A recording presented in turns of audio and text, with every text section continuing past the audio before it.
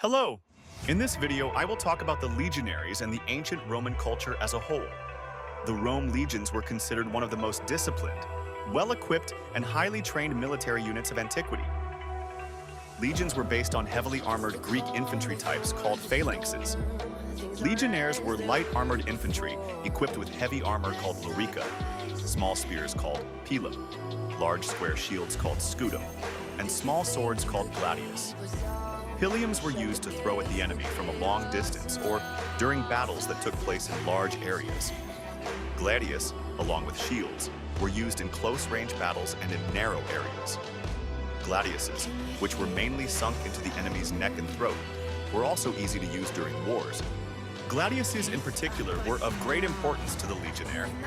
Gladiuses were made of steel, compared to the smaller swords of antiquity, which were mostly made of bronze. This gave them more lightness, strength, resistance to corrosion and rust. The simple construction of gladiuses ensured that they were easy to use and that soldiers could spend less time practicing swordsmanship. The word gladiator is derived from the word gladius. In ancient Rome, slaves did not have the right to carry weapons, and because they fought in the arena, the Romans called them gladiators, i.e. gladius bearers. Legionnaires had a very large role in ancient Roman culture.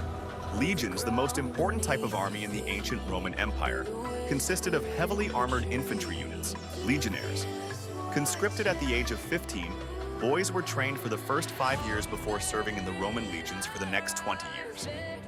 After 25 years of service, each legionnaire who survived was granted veteran status and a plot of land measuring 1.5 square actus, about 2,000 square meters, and slaves to work on that plot.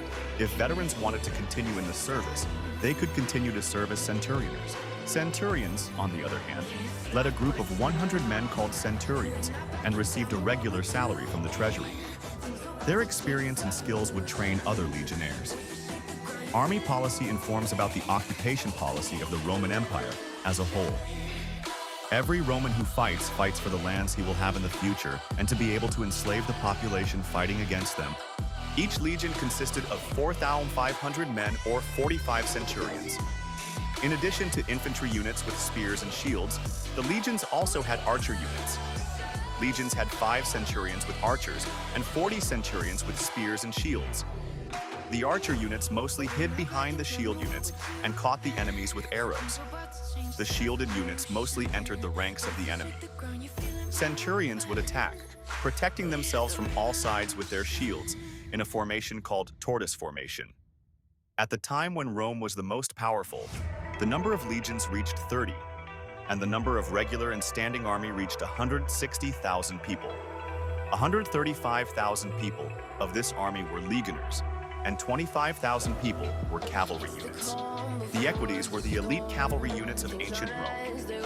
They received regular salaries from the treasury and protected the capital and the imperial family in times of peace. The equites were heavily armored cavalry units, equipped with small round shields called the pilum, gladius, and parma. The main part of the ancient Roman army was made up of legionaries. During the battle, the legions were mainly placed in the center of the army, while the cavalry units mainly maneuvered around the enemy armies or attacked from the flanks, trying to break the ranks of the enemy army. In addition to the equites, the ancient Roman army had auxiliary cavalry units recruited from Roman vassal states, such as the quingenaria with 512 horsemen and the miliaria with 768 horsemen. Thanks for watching the video till the end. Don't forget to like my video and subscribe.